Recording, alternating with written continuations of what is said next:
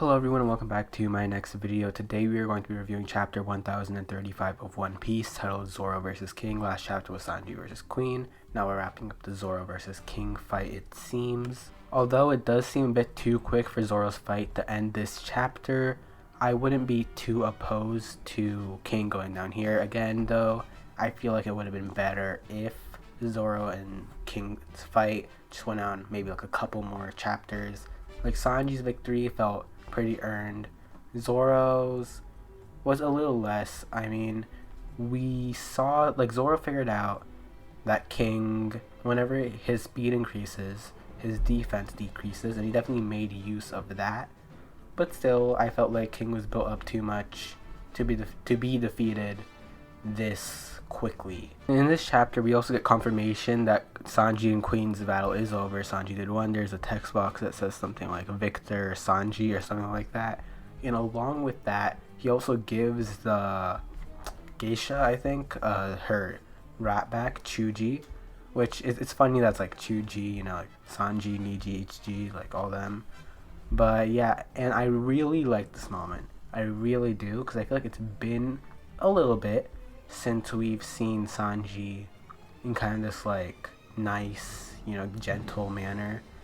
Like we had Whole Cake Island, but in Wano specifically, Sanji's interactions have mainly felt like either him beefing with Zoro or something, or him just simping over women. So it's nice to see him have an actual interaction, you know. But back to Zoro versus King. King's mask actually does end up crumbling or falling off or whatever this chapter, and we get to see what he looks like. And I gotta say, I really like his design. Like, I really do. And the first thing I thought of when I saw it were the Shandians from Skypiea. So he even has like a little like tattoo thing on his face, which I do think resembles like Wiper and the other Shandians. I can't really remember their names right now, but I like, the Shandians didn't have white hair. They had like red hair, like dark red or brown hair. But I do think there's definitely some connection between the Lunarians and the Shandians. I'm excited to know more about Lunarians and what they are. And speaking of King Lunarians and his past, we get to see a flashback. And this is a flashback that, not this specifically, but a flashback like this is exactly what I've been waiting for, alright? That's because in this flashback, we actually get to see some Kaido. And we actually learn some more about him and King. So first of all, hold on, let me just get here. So it seems that both Kaido and King were held captive by the world government at one point. I'm assuming this is after he left Rox's crew. And after this happened, I guess Kaido, like, it's been stated before that Kaido's been captured a bunch of times, so it's not that surprising that at one point he was in custody of the world government. But this is still really interesting to see. Another thing that I found was interesting was the fact that King was a name given by Kaido. King isn't his real name, it's Arbor.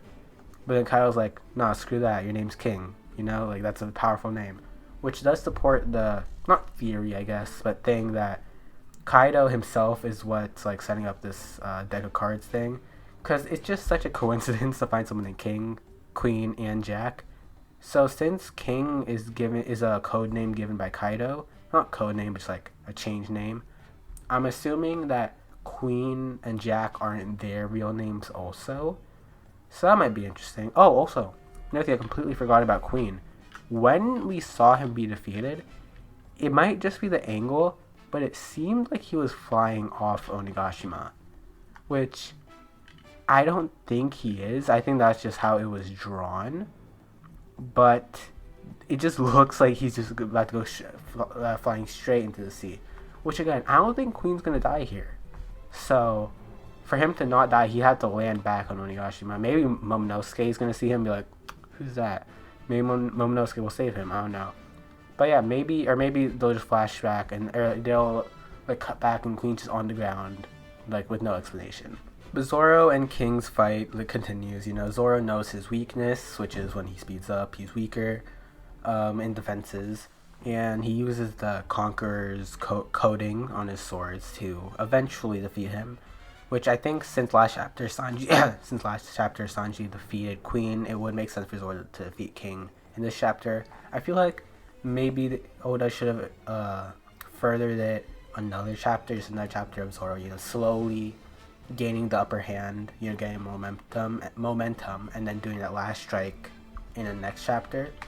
But Oda might just be wanting to speed up the process. And another thing about the King flashback, and sorry I'm like going back and forth between subjects, but when Kaido and King break out of the whatever facility they're in, they're like both test subjects. Obviously we know why King was, because he's a Lunarian, they want to test him.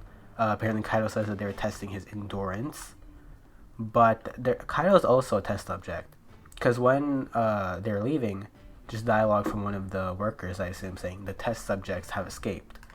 So which means that they were also testing on Kaido.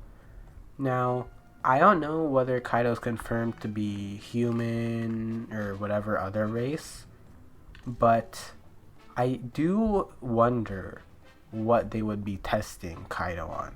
Because it's not just because of his strength, because they could have just sent him to Impel Down, or like another prison. So I do wonder what Kaido was doing, or what they were doing to Kaido at the research facility, and why Kaido wouldn't have resisted until then. Because we don't know how long Kaido was there. Maybe he let himself be tested on until he found someone to be his right-hand man. Or maybe this is like immediately after he was sent there. He just found someone and was like, you'll be my right-hand man now. But all that has really done is just make me way more hyped for the Kaido flashback. I don't know how much we're going to see from the Kaido flashback. Maybe Rocks, maybe Big Mom, maybe who else, Kaido, was he... I think he might have been at Goldie Roger's execution. Don't quote me on that though, because I honestly don't remember. But I am really excited to see what happened with Kaido. Right now, Kaido's like a B tier villain, but I think he can easily become A tier once we do know more about him. And maybe Rocks. Hopefully Rocks. I do really want to know more about Rocks too. But back to the present. King and Zoro, their fights, I like the choreography. One thing I really like is King's move, Imperial Dragonfire, which all the names I'm using are from the Raw translation. Raw translation. In the Viz translation, and it could very well be something different. But it's just like making a dragon out of flames, which I thought was really cool. And the way Zoro just ends up like cutting through it at the very end and going straight to King, it's cool. It was cool, not gonna lie. Like, I still like the fight. Yeah, I still think the fight was very cool. Could have been stretched out a little bit more. But yeah, I think overall, this was a great chapter. I loved it a lot. Yeah, I'm a Zoro fan all the way. I do like Zoro more than Sanji, but I still love Sanji. I still love all the Sanji chapters leading up to it. I'm loving the Zoro chapters now too. I think Oda has done well in these past couple of chapters to focus more on both of them a lot. And yeah, now that both their battles are pretty much wrapped up, I do think that we're going to focus more on Luffy versus Kaido now. Or maybe, I think Act 3 might be rounding out soon. Pretty soon. Maybe within the next few chapters. And then we'll start Act 4, which might be the final act, or there might be an Act 5. I don't think it's going to end on Act 3. It doesn't really make sense.